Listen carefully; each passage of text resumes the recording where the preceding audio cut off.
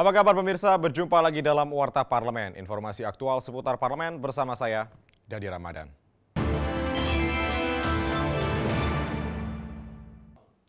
Kita awali dengan berita pertama pemirsa. Komisi 4 DPR RI mendorong stabilitas harga gula tebu dengan tetap memperhatikan kesejahteraan petani. Subsidi pupuk untuk petani tebu diharapkan tepat sasaran sehingga dapat mengurangi beban produksi petani tebu. Ditemui di gedung DPR RI Senayan, Jakarta, baru-baru ini, anggota Komisi 4 DPR RI Mindo Syanipar menilai stabilisasi harga gula tebu penting, namun tetap harus memperhatikan kesejahteraan petani. Menurut Mindo, apabila petani mengalami kerugian dapat mengakibatkan menurunnya minat petani untuk memproduksi gula dan berdampak pada melemahnya produksi industri gula tebu nasional. Mindo menjelaskan dalam upaya mensejahterakan petani untuk tanaman pangan dengan luas lahan di bawah 2 hektar, akan diberikan subsidi pupuk dan hal tersebut untuk mengurangi beban produksi yang akan ditanggung petani. Stabilisasi harga dibutuhkan, tetapi harus berbasis kesejahteraan petani tebu.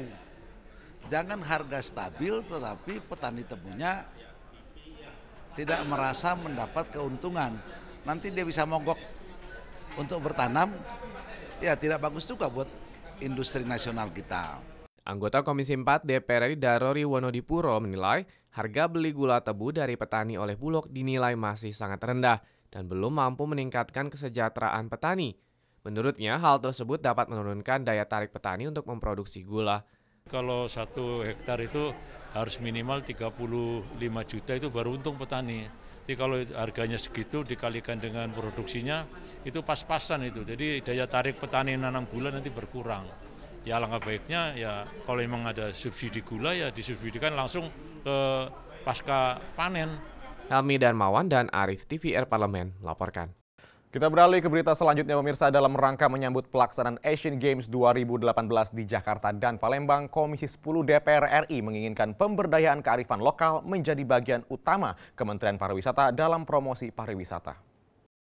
Ditemui usai rapat kerja Komisi 10 DPR RI dengan Menteri Pariwisata Arif Yahya di gedung DPR RI Senayan, Jakarta baru-baru ini, Wakil Ketua Komisi 10 DPR RI Abdul Fikri Fakih mengapresiasi penghargaan dari dunia internasional yang didapatkan pariwisata Indonesia dalam iklan keindahan alam dan pesona bawah laut. Namun sangat disayangkan kearifan lokal tidak ditayangkan dalam promosi destinasi tersebut. Tadi Komisi 10 juga mengharap bahwa ada juga dipasarkan, diiklankan tentang kearifan lokal. Jadi kita ini kaya akan kreativitas dan budaya yang tidak terdapat di tempat lain. Anggota Komisi 10 DPR RI Sri Meliana menyampaikan penyelenggaraan Asian Games 2018 merupakan waktu yang tepat untuk melaksanakan simposium kebudayaan internasional tentang sejarah dan latar belakang keberadaan Kerajaan Sriwijaya di Indonesia. Inilah waktu yang paling tepat untuk melaksanakan simposium internasional tentang Sriwijaya, untuk mengangkat bahwa Palembang itu pewaris Sriwijaya. Benar ada Kerajaan Sriwijaya pernah berjaya dan warisannya masih ada sampai hari ini. Ajib dan Ade TVR Parlemen melaporkan. Kita beralih ke berita selanjutnya pemirsa. Komisi 5 DPR RI menyayangkan penetapan status Bandara Internasional Silangit yang berlokasi di Kecamatan Siborong-Borong, Kabupaten Tapanuli Utara, Sumatera Utara. DPR menilai penetapan status tersebut sangat terburu-buru dan tidak dipersiapkan secara matang oleh Kementerian Perhubungan.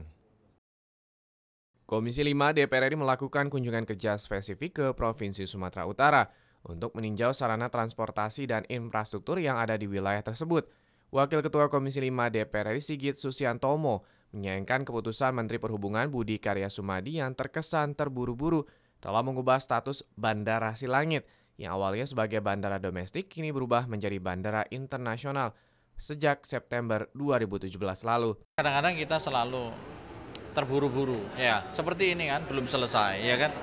Jadi selalu terburu-buru, sehingga kurang optimal karena beda ya antara udah selesai finish sama enggak, itu beda. General Manager Bandara Silangit Hota Simanula mengungkapkan ada peningkatan jumlah penumpang secara signifikan di Bandara Silangit dalam beberapa tahun belakangan.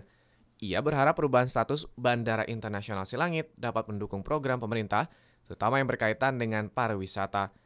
Status internasional sendiri sudah kita dapat per September, tanggal 8 September, dari diputuskan oleh Menteri Perhubungan. Jadi dari situ kita start untuk mempersiapkan bandara ini untuk bisa mendukung program pemerintah terutama dalam kegiatan pariwisata. Dari Tapanuli, Sumatera Utara, Oki Zulindra dan AD TVR Parlemen melaporkan. Dan di berita terakhir pemirsa, belum adanya pemahaman yang baik terkait kinerja DPR RI selama ini masih menjadi pemandangan umum dalam pertemuan BURT DPR RI dengan elemen masyarakat, perwakilan perguruan tinggi dan ormas dalam sosialisasi rencana strategis DPR RI 2015-2019 di Pekanbaru Riau baru-baru ini.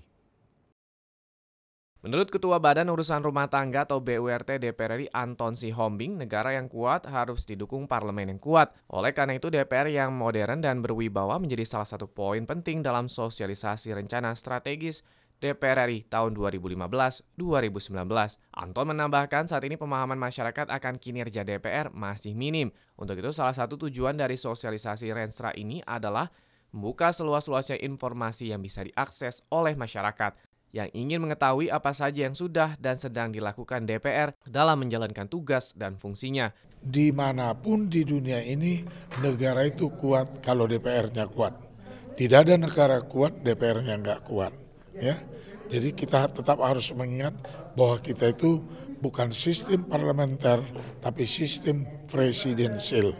Itulah demokrasi di Indonesia yang kita jaga, tetapi harus kita tata sebaik-baiknya. Dan kita akan merubah diri senantiasa, memperbaiki citra itu jangan negatif.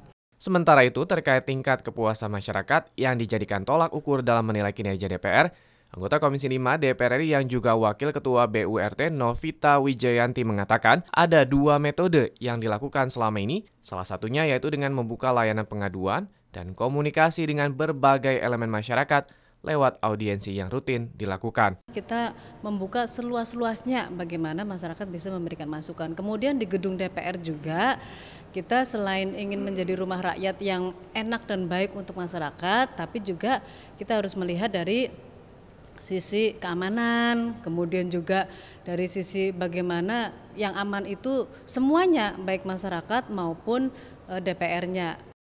Dari Pekanbaru, Provinsi Riau, Doni Supriyanto dan Aang Nugroho, TVR Parlemen melaporkan. Dan demikianlah Warta Parlemen edisi kali ini. Sampai jumpa pada Warta Parlemen berikutnya. Terima kasih atas perhatian Anda dan sampai jumpa.